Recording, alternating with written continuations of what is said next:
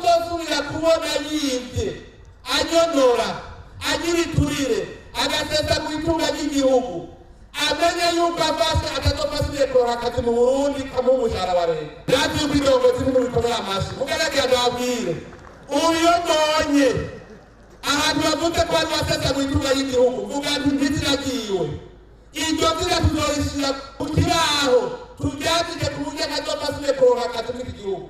Naho umwarimu yibwirwa bazosiga baja gukora iwabo bihembe mugabe bizokwemera ko basubira guhemba amahera y'abenegihugu. Hariho n'abari mu manza ubu nyene naratumiwemo amazina yabo bahigwe ntibaze batsindwe. Intara ikwagiriye wagirizwa ubusuma ivya mbere no kugarukana amahera y'abenegihugu. Hariho niba bavuga ngo nzoza gufungwa wanyuma nzoyamya mfunguwe.